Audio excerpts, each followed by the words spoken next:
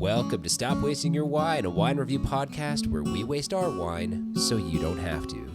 On this episode, we interview friend of the pod, Ashwin Muthiah from the Unpinned Wine Course and Unpinned Wine Club. What? Hey, welcome back to the show. My name is Joel, of course, joined by my two best buds in the world, Aaron and Colin. Gentlemen, thank you so much for joining. I was going to say more importantly, but then I was not going to say that, but then I thought about it again, and I'm going to say more importantly. As we mentioned up front, joined by our good buddy Ashwin. Ashwin, thank you so much for being back on the show, man. So happy to have you. Thank you for having me. It's been too long. Thank you for having me. Really thrilled to be here. I can't believe it's been a year. I think, Aaron, you told me the last time was May. I think 21st. May 21st. What are we doing over I here? can't believe we've been doing this way too long. show that long. I can't believe I can't believe that it's been that long since you were on. I know. Seriously. And like, we should know that is when we, met Ashwin, and Ashwin was one of the first people to take a chance and come on our show and give our little podcast any kind of attention at all. So the fact that you would return to us, over a year later, it means a lot to us. You have a special place in all of our hearts. Thank you, Aaron. I'll say that you felt like I took a chance on you. I felt the inverse. I was like, oh man, these three took a chance on me. Like what are they do not know what they're getting into. Clearly they've been misled effectively on social media. But no, I'm just joking. It's great to be here. But yeah, thanks. You know what? That's the perfect segue also. So that he says that because he's such a gem. But listen, if you didn't listen to our previous episode, if you don't know about Ashwin yet, you're about to. But here's a little rundown, okay?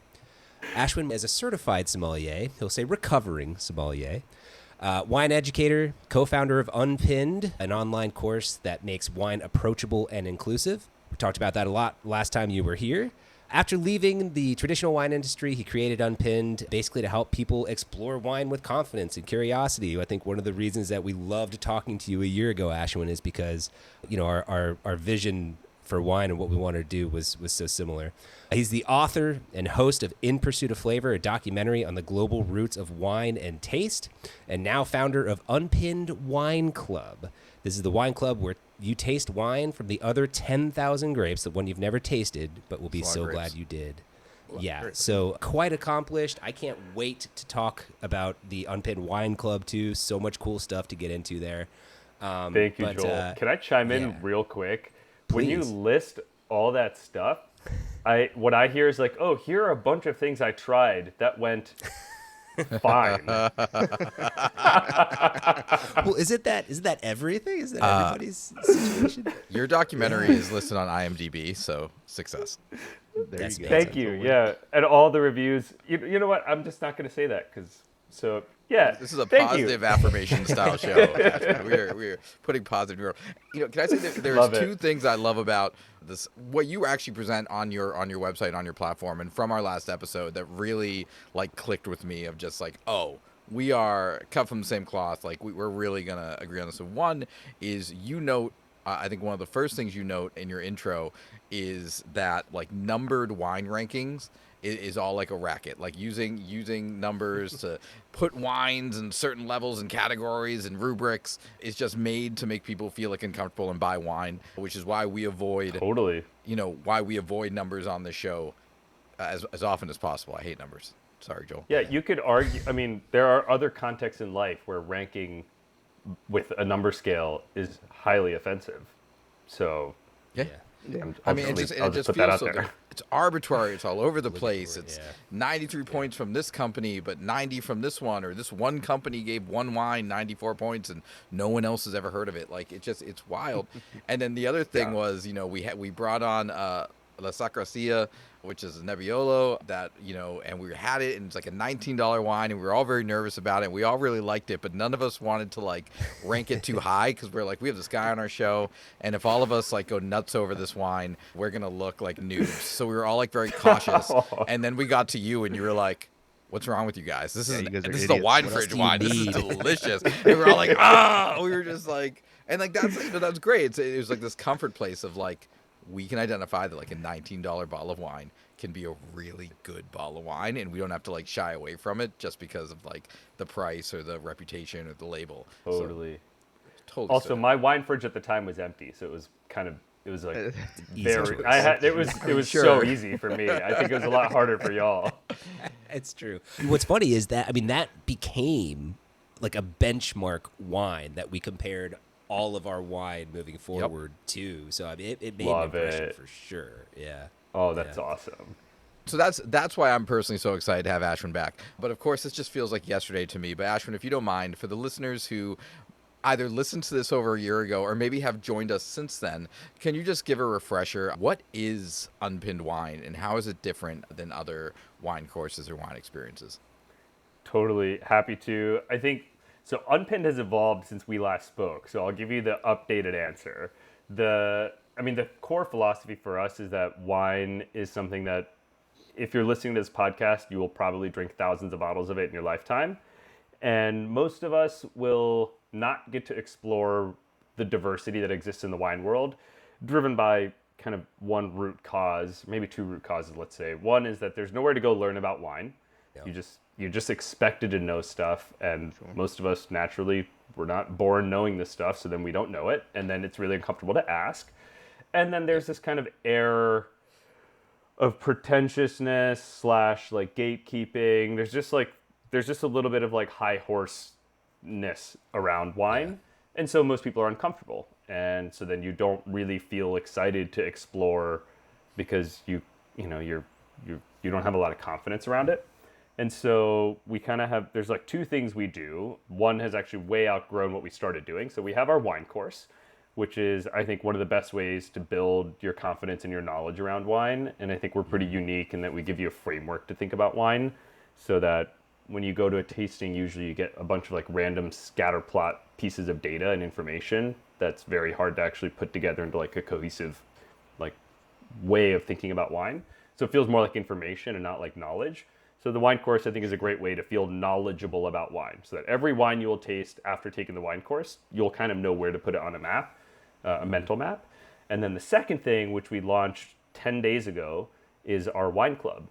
So there are over 10,000 known wine grapes on the planet. 20 grapes accounts for 99% of the wines we drink in this country.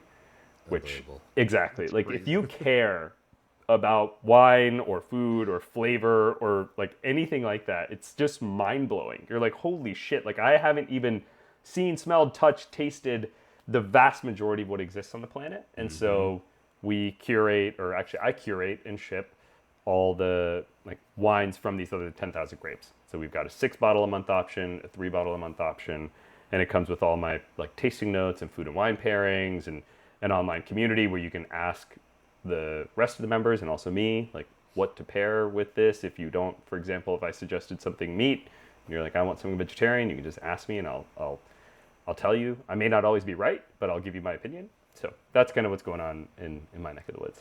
That's so awesome, because what we've found on this show is that some of our favorite wines have been grapes outside of the norm. Mm-hmm. I mean, we've had the Plavak Mali from Croatia, which absolutely blew our minds. Yeah. The Chocolate from the Basque region, which, again, just absolutely blew our minds. So I love that you're really stepping into those other grapes, because those have absolutely been some of our favorites on the show.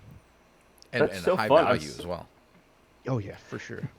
Exactly. It like hit. I mean, the reason I found these weird wines to begin with, it's not like I'm some. It was purely selfish.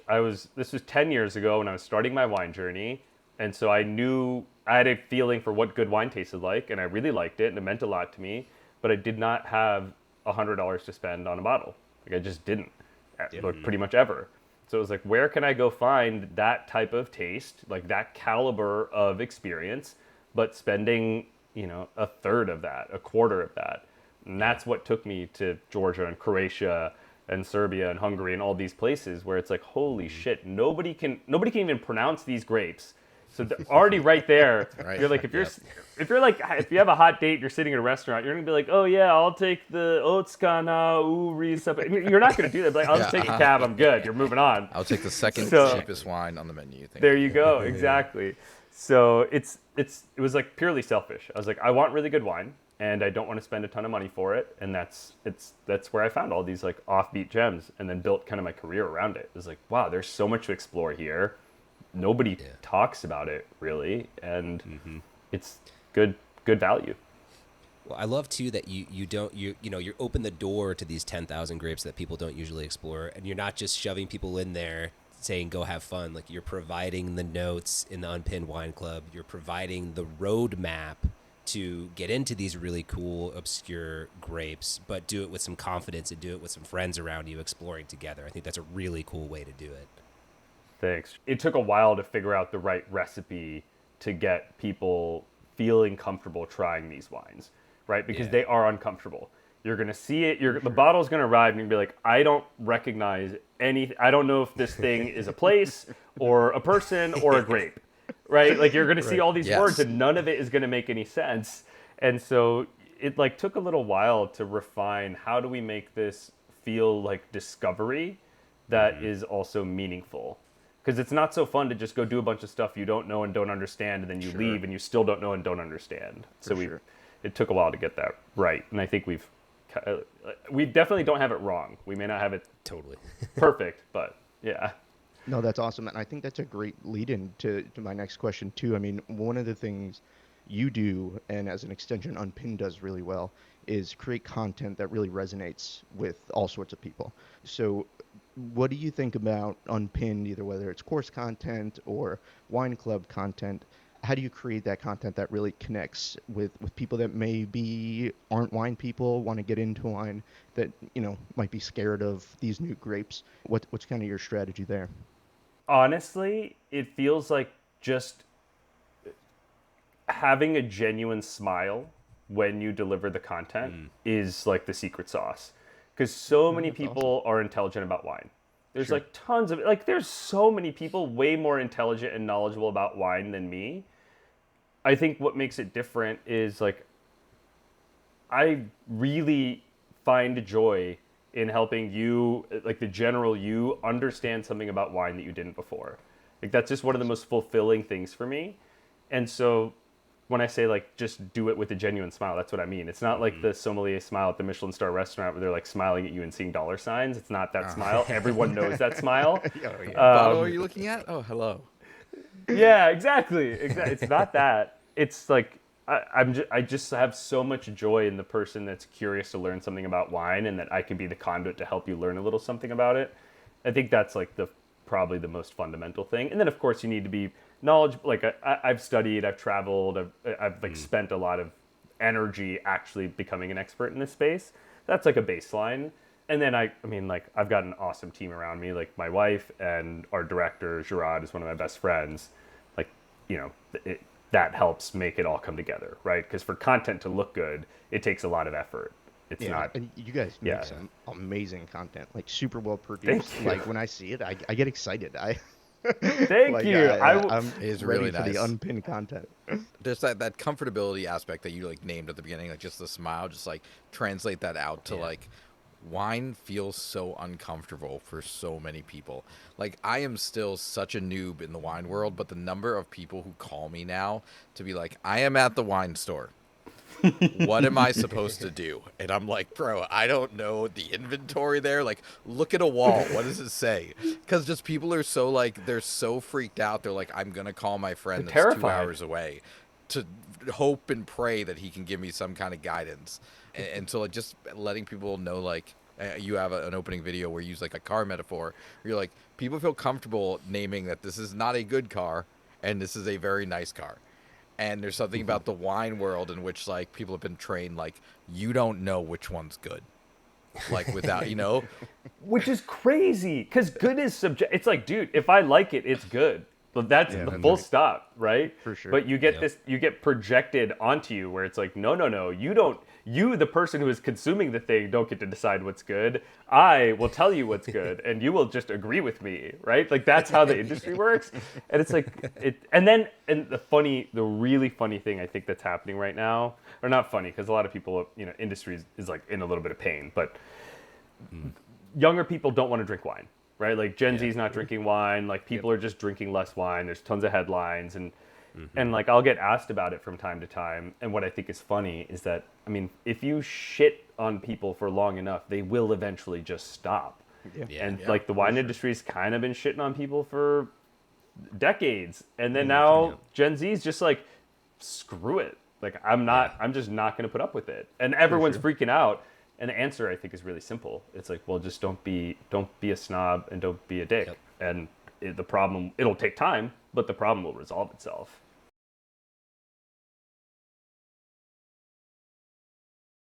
Well, and that kind of brings me to this question too, because we're talking about, you've got the production, you've got the smile, you've got the knowledge, you've got this, this amazing content and this great platform.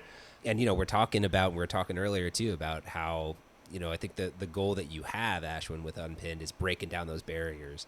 What does that look like? What does that look like in practice? How are you making this happen? Honestly, it's hard.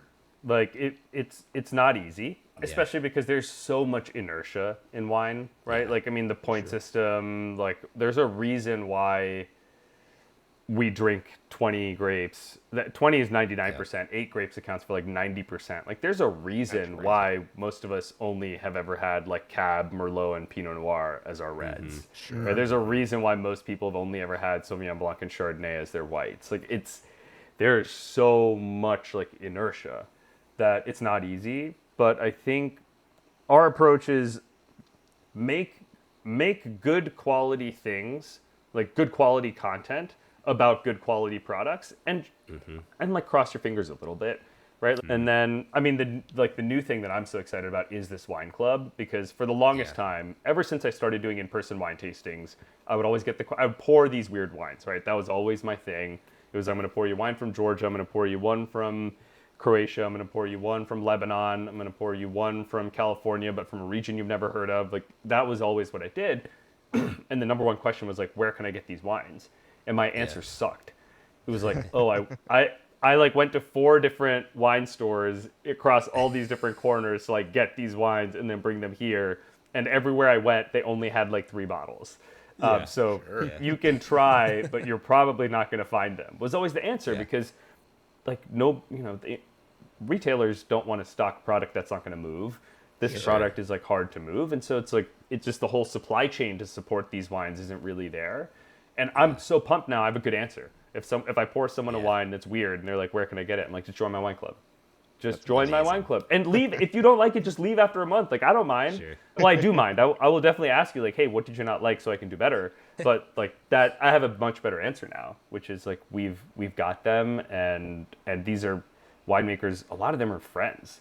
Like people that I like. Cool. I went to Hungary to meet the winemaker whose white is in this box. Like the wine we're going to drink tonight. Like I know George. I met him in DC, and then I went to Santorini to see him at his winery. So it's like it's awesome. Really meaningful to like actually be able to support these people who I've known for a long time, but I could never really do much about it. And now it's like, hey, I can actually move the needle for your business with kind of my business, and that's like really rewarding.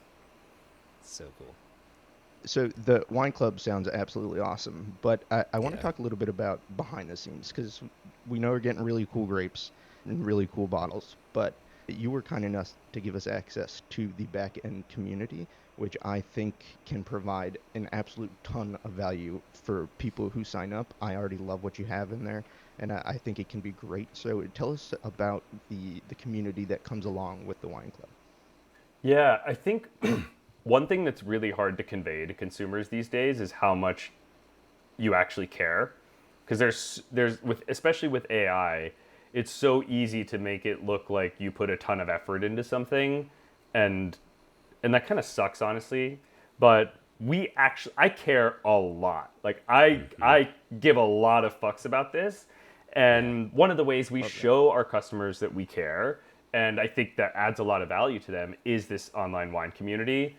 And there's a few things in there. One is there's the discussion board, so you can chat with other people who are drinking the same wine as you are.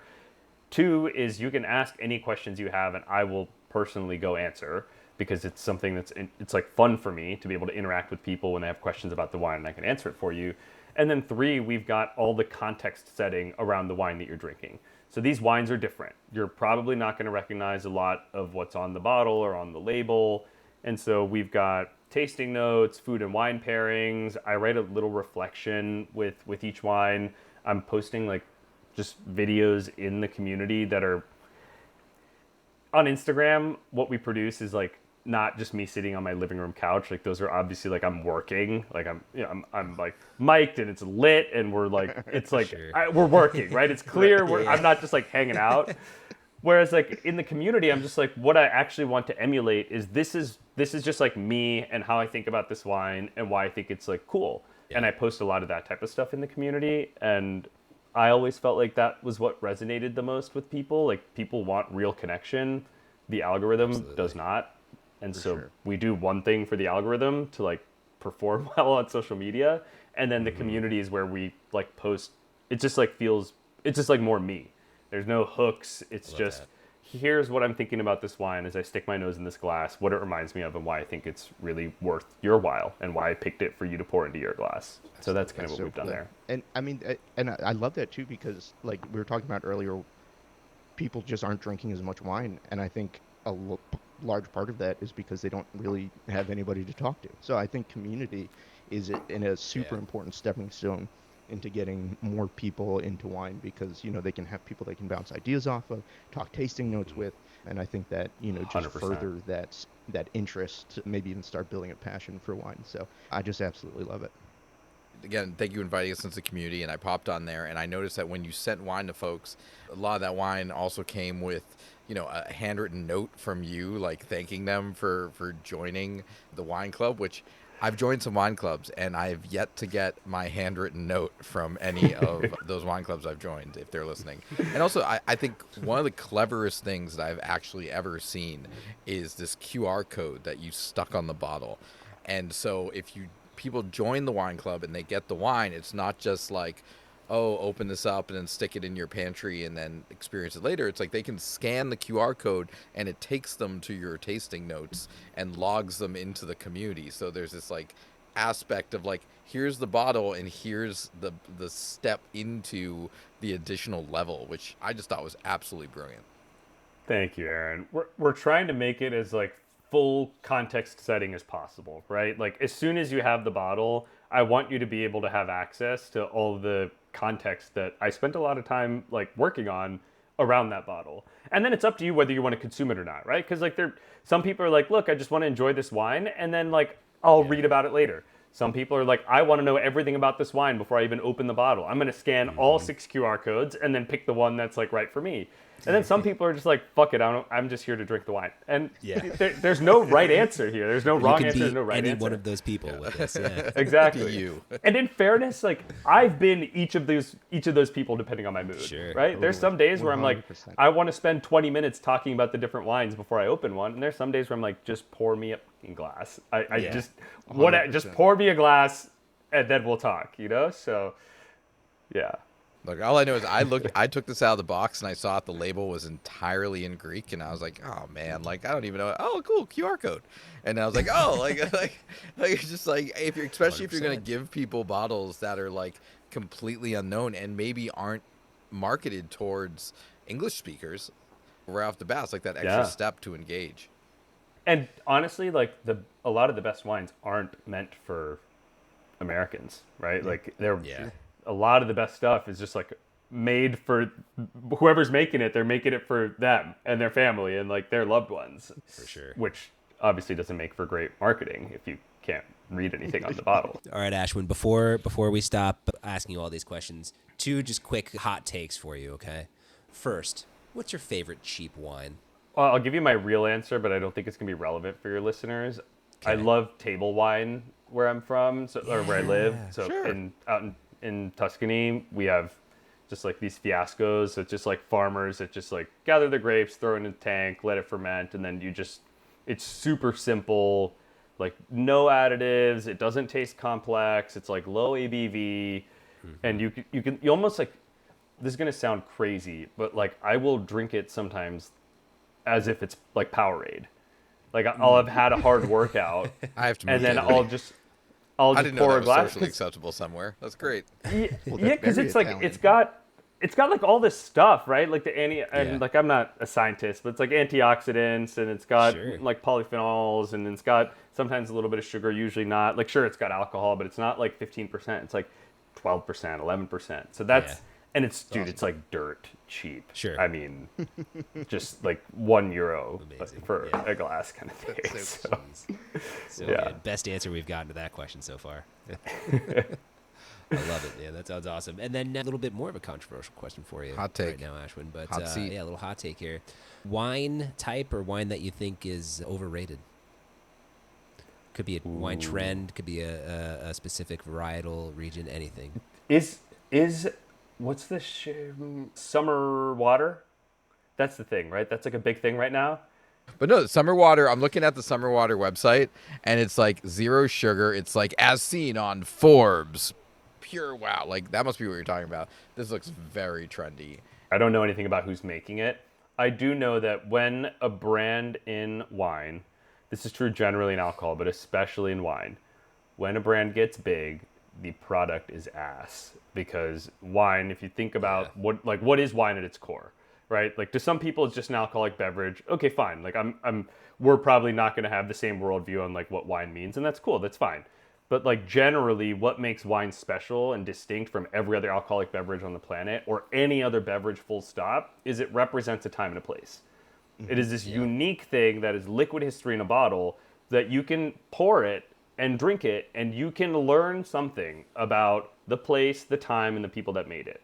Mm-hmm. When you make wine at scale, when you're making millions of bottles, which any trend-setting wine, any Forbes, this, that, whatever else wine is made at that scale, you have erased that entire concept of what wine is, right? It is. Sure. It has become just a commodity beverage. It is a Coca-Cola, in my view, and so that's why I really dislike those wines. I think they do a huge disservice to all of the family winemakers out in the world who are making better things, sweating out in the hot fucking sun, and the world is getting hotter. It's like you're sweating even more, and they're having a hard time selling something that costs less, tastes better, and is made responsibly. So that's I'm sorry, I'm on a soapbox. So I'll get off. No, but that's we are with you. Yeah. And that last piece you said, like that's the thing that people need to understand about wine. It's like I feel like if it's like food or other things, like the more obscure you get, the more foreign something feels, the more expensive it gets. And it's like the opposite with wine, right? Like the more you're willing to branch out into the obscure, into the less known, into the more foreign, like the less expensive it becomes, and probably to your point, the higher quality it actually is because it's being produced in smaller amounts and with more care. And so it's like if you and it doesn't mean you have to go someplace crazy. Like you can go to your Total Wine. We have found so many good bottles of wine at Total Wine.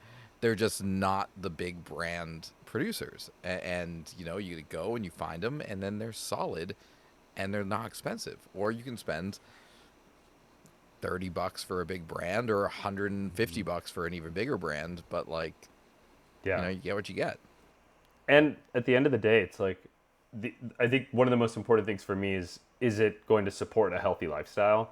So I drink a lot of wine. It's a part of my everyday life. It's pretty rare that a day goes by that I don't have at least some wine.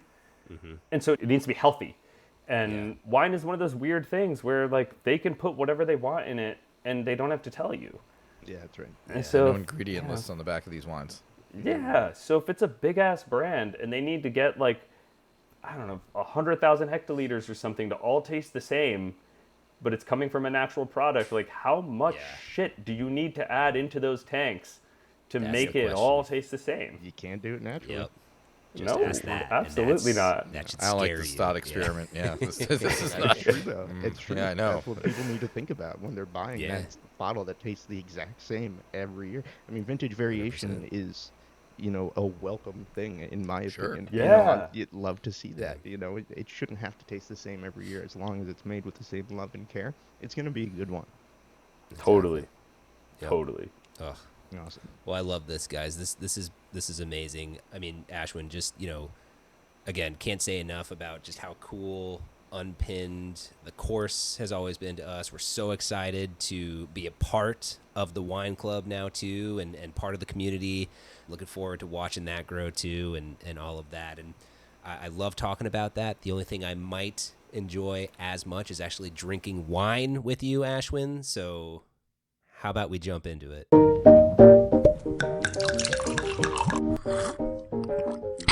Tastes like wine. So again, Ashwin, kind enough to send this to us from the Unpinned Wine Club. Thank you. Cool. So yes, thank you so much. I'm so excited to try it.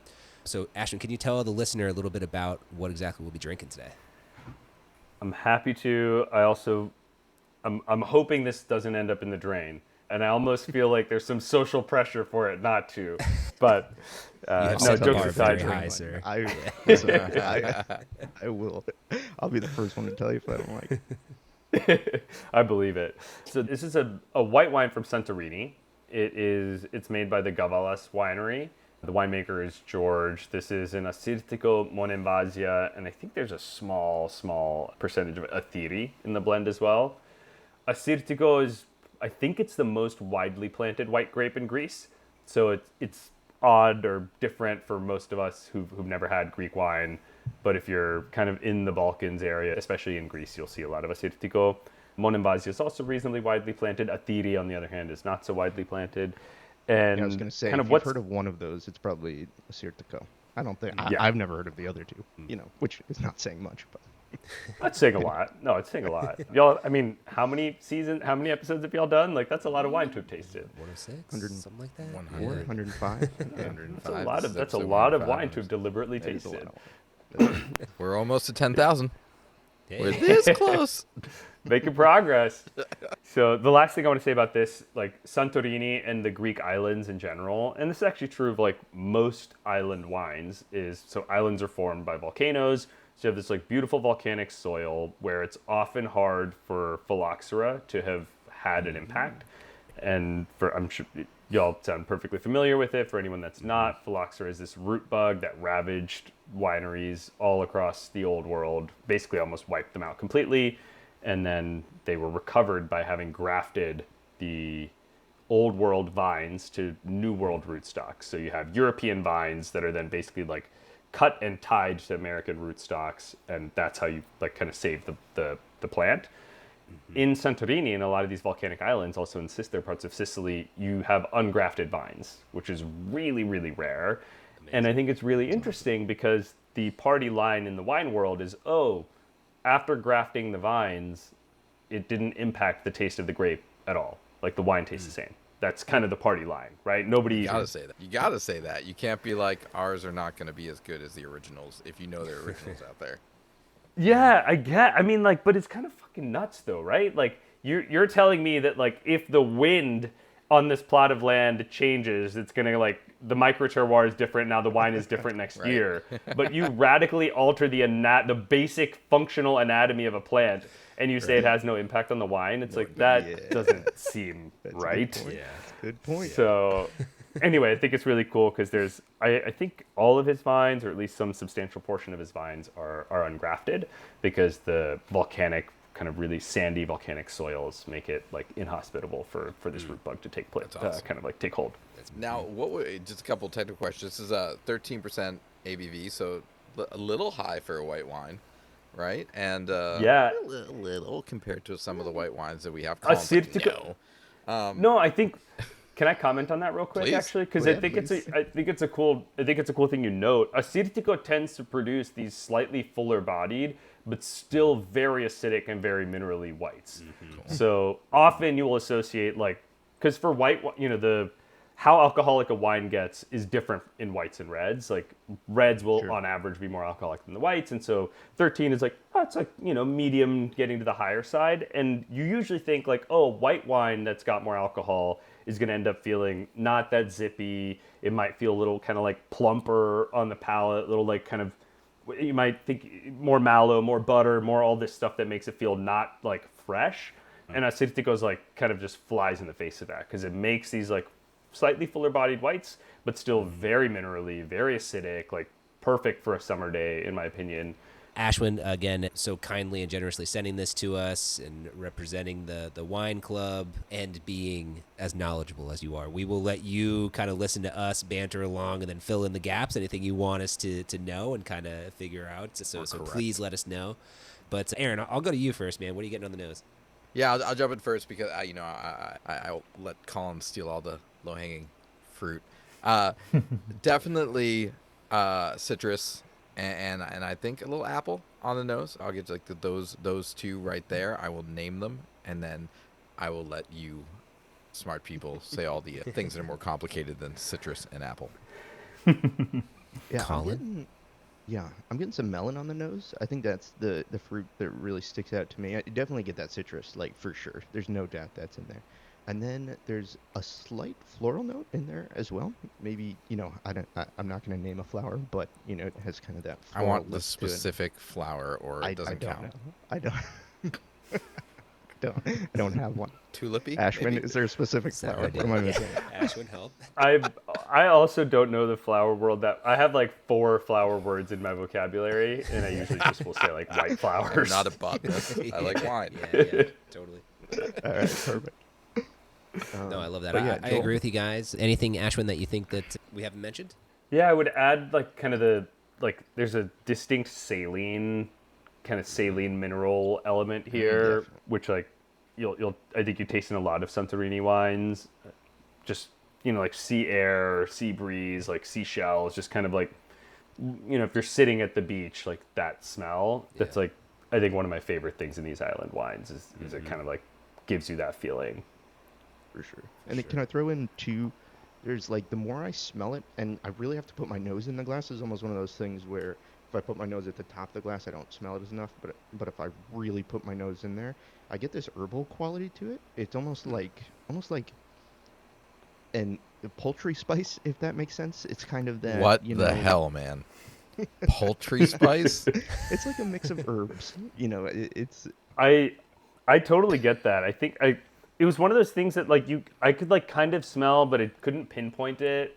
Like it's there. It's just like what it is exactly doesn't come to me. But there is this like undertone of something green that is definitely not like the green pepper grassy type of green, but more like. Sure. No, agreed. And I say poultry spice because I have in my spice cabinet a spice mix called poultry spice, and that's what it reminded me of. So like very specific Colin reference. It's not in anyone's wine book. People are like flipping through the pages like poultry spice. Dude, you know what's awesome? And it is like we shouldn't be restricted to just the words that the industry tells you to use. It's like all that really matters is what we know from our own lived experience. Absolutely. And the fun thing is like a lot of people often have those shared experiences but feel scared to like use that as a descriptor for what they're smelling. Yeah. But it's the one that feels the most real. All right, let's drink this thing, guys. Aaron, what are you getting over there? Yeah, I'll go straight for structure because that's what I got since I have the diet of a 4-year-old. First of all, acidity way up there, but like in this way that feels there's like a little bit more weight to this than I think your average white, and like that weight with the acidity just creates this really nice balance.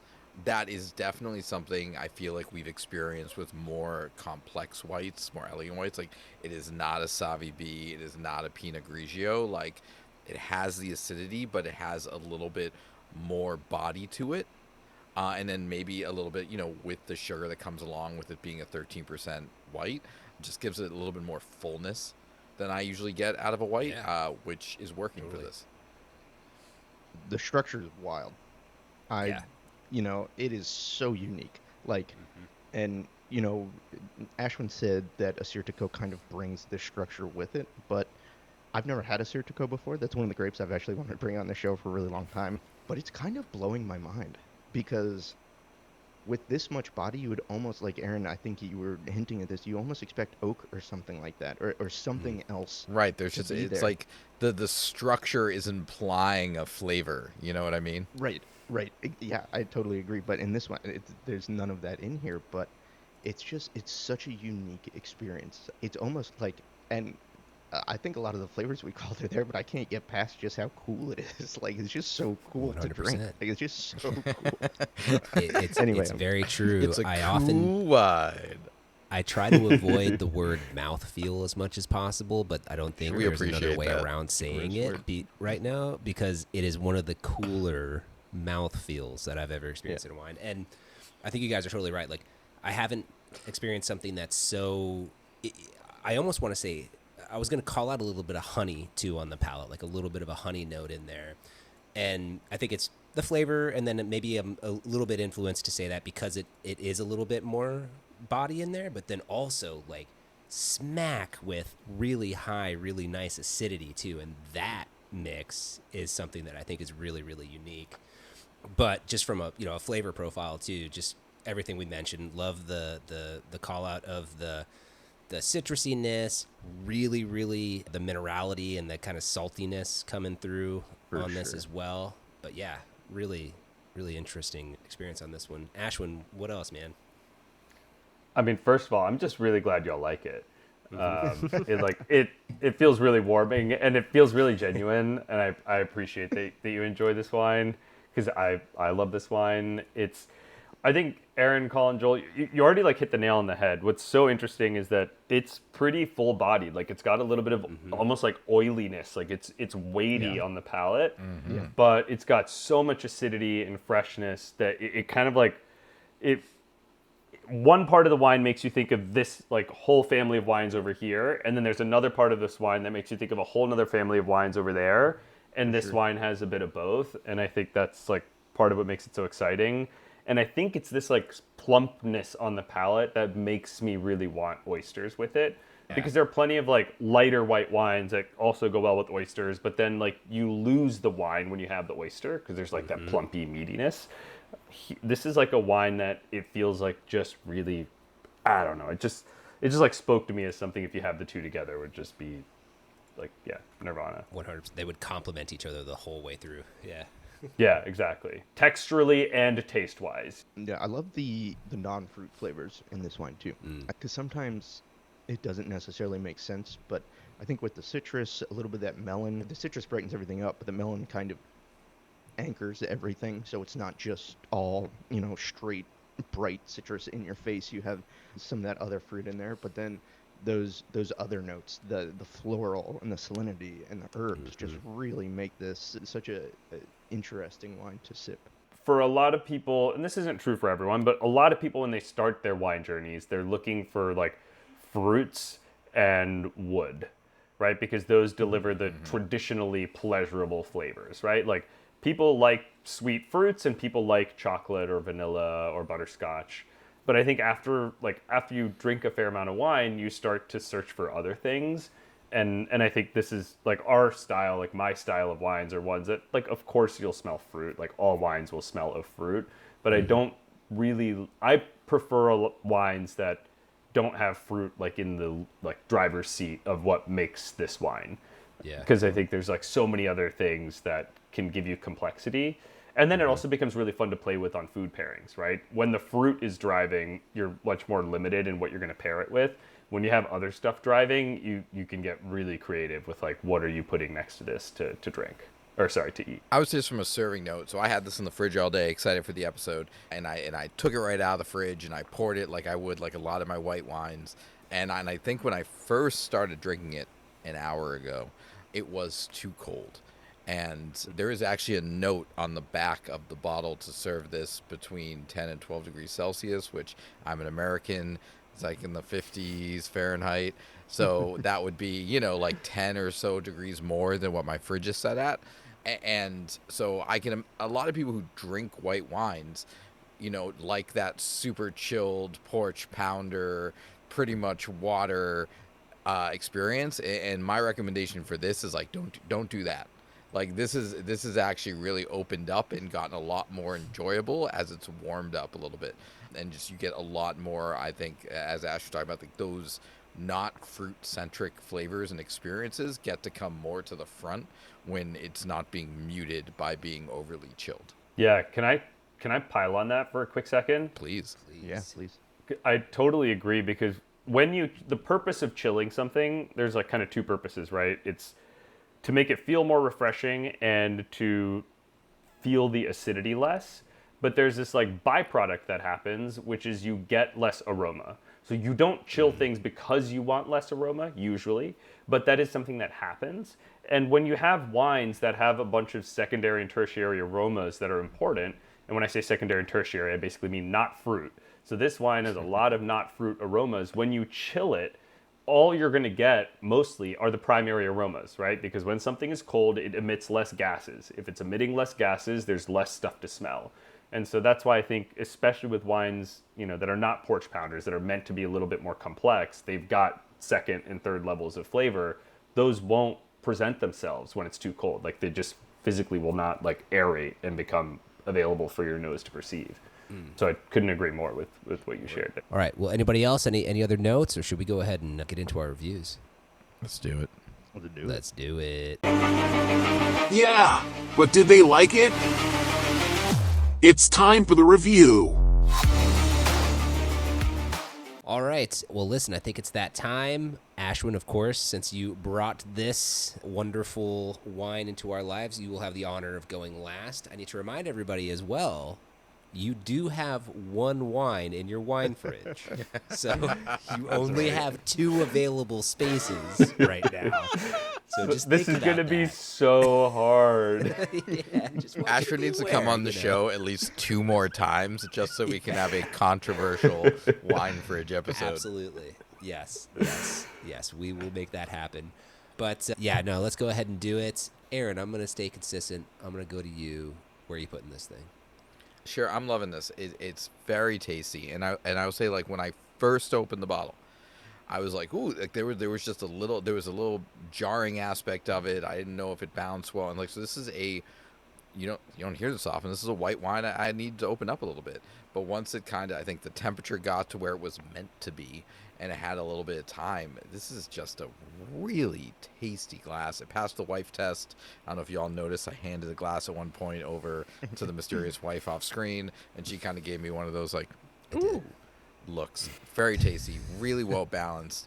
And I'll say this, if you're a red wine drinker by nature, this might be a white wine that you kind of like because the general structure is just a little bit heavier, a little bit more full body. Like this, I'm digging it. And so this is definitely a must share for me. If I can get my hands on another bottle of this wine, this would be one that I would bring to a friend's house, bring to a dinner, kind of show off, and just kind of get people stoked about a varietal and a place that they don't usually drink from. So must share, 100%. Nice. Colin? Yeah. So there's really only one place for this wine, and that is the wine fridge. Moly! This wine Look at this is guy. outstanding. I mean, I talk about often, especially with my wine fridge wines, I like a wine that takes you on a journey structurally. Structure for me is almost more important than flavor, because you can always find a lot of interesting flavor in a lot of different wines, but not every wine has an interesting or unique structure. And I think this is just so different and so unique structurally that, like, I just can't get over the enjoyment I'm getting from the balance between the weight and the acidity. And then on top of that, you add all of those awesome floral flavors. Like Ashwin mentioned, there's a lot of non-fruit things, and I love that in my white wine. So, I mean, as a white wine lover, this just speaks to me. This is my kind of white wine. If I'm drinking white wine, this is what I want. And so Colin doesn't take things out of his wine fridge very often. It's been a really long time, but this is honestly the best white wine we've had on the show in a really long time. And I think I'm gonna have to take it out to St. Giorgio, which I've had in there for a really long time. Very good Chianti Classico. Years, yeah, literally years. I think that predates Ashwin. Yeah, I think it does. Wow. I think the St. Giorgio went in the fridge before Ashwin was on the show last time. I think it was one of our first wine fridge wines. So. Yeah. That's nuts. And I honestly haven't had it since then, so I think that's a good call. Yeah, and that makes for an all white wine, white wine, all white, fridge Colin White fridge. Yeah, that's right. Oh my gosh! But this is just incredible wine. It's absolutely amazing, and I couldn't imagine putting it anywhere else. Well done. It's fantastic. And the St. Giorgio goes to the honored and storied shelf of honor of previous wine fridge wines, making way for this one. I love that. Amazing. Okay, I agree with everything you guys said. I'm toying. I was trying to decide where I'm gonna be on this one. I think for me, it's gonna. I wish I could put it on the storied honorable was a wine fridge wine one, but you have to have been in the fridge. I don't know if I can do it as an absolute. It's on the top of the must share. Skip the fridge. I know. I want to right now, but I'm gonna respect the rules. I'm gonna make this an absolute must share. This is the coolest, most complex white wine I've had, but not only just white wine, coolest, most complex wine while being as enjoyable, if that makes any sense. I think we've had on this show, because like sometimes we're like, oh, this is really, really enjoyable, and then sometimes we're like, oh, people aren't gonna like it this for so long. Exactly. This is like the perfect cross section of the two. I would feel so confident bringing this to somebody who was very new to wine, or somebody who was an absolute wine lover, knew everything about it, and I would be just so certain that they're gonna have a great time and enjoy it. A really cool just mix of interesting flavors and profiles and structures that I don't think we've experienced on this one. So I think once again, for me, Ashwin, you have set like a new kind of benchmark for me too, especially in the white wine world. Done. So thank you. And I will throw it to you, sir. Oh, thanks, y'all. Thanks. I'm really glad you enjoyed the wine. Like, I'm really touched and honored that you enjoyed the wine. It's unnerving picking a wine for anyone. It's even more so picking a wine for a group of guys that I've like kind of followed for a while and will drink it and then review it, and if they hate it, they're gonna say it, kind of thing. So I'm like, I was a little bit nervous, but I love this wine. That's why it's in the wine club. Mm-hmm. I mean, for me, it's easy because I've got spots in the wine fridge, so I'll put it. It's absolutely going in the wine fridge for me. Yes. That's two. I don't have to That's two. It's getting dangerous. Yeah. So I don't have to trade anything out for it, but it's. I mean, it's. I would almost just copy and paste what Colin said. It is like the white wine for me. It's complex. It's minerally. It's got like. We've used the word structure a bunch, but I'll use it one more time. Like this, like high acidity plus full body, and the way it just like coats your mouth is just like the way I like my whites to drink. So, 100%. Yeah, I think it's an awesome wine. Love it. Agreed. Love it. Well done. Double wine fridge. Absolute. Not a waste of your wine.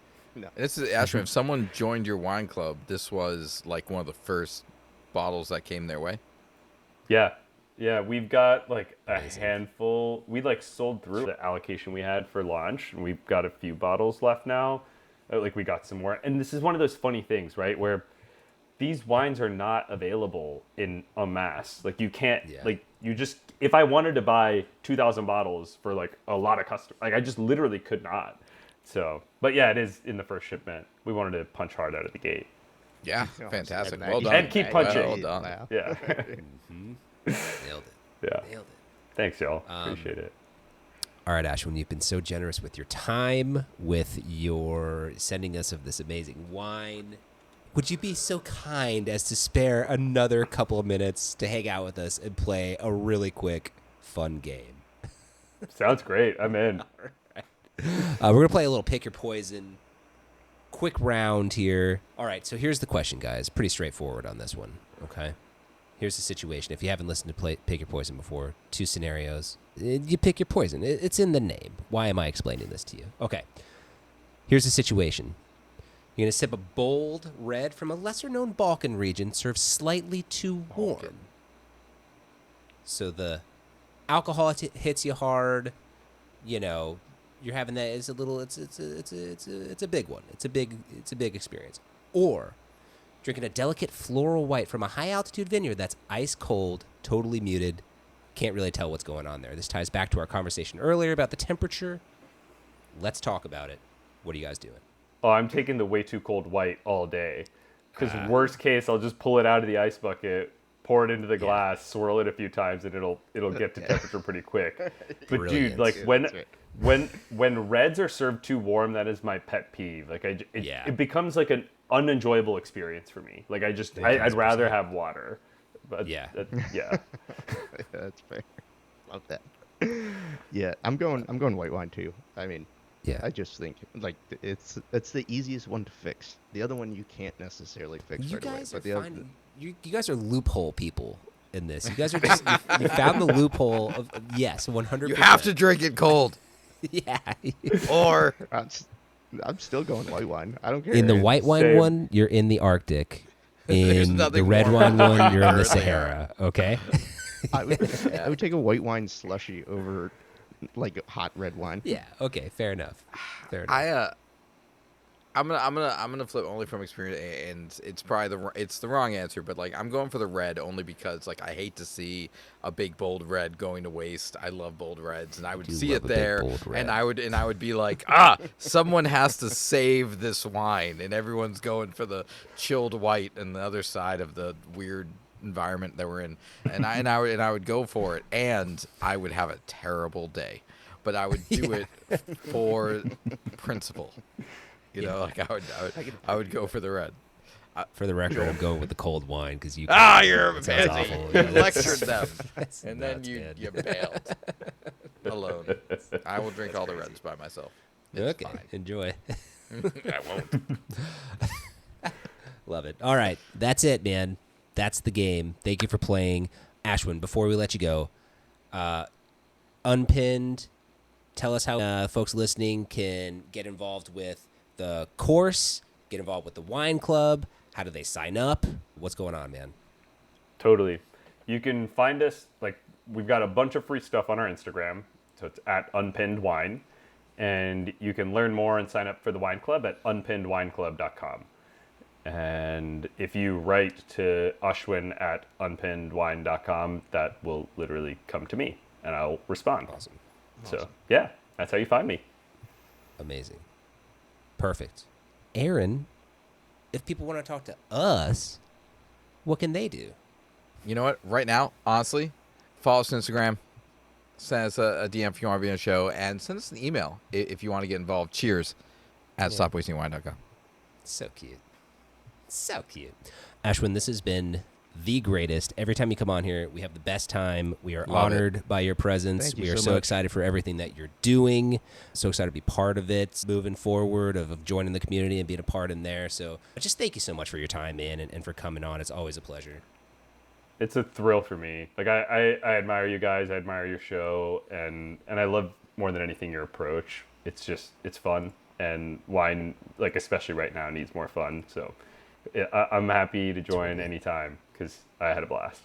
We'll hold you to it. Take Thank you you so up much. on that. Yep. Yeah. Do it.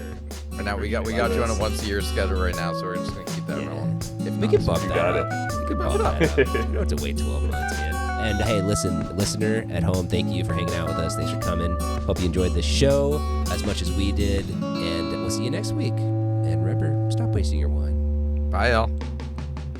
Bye.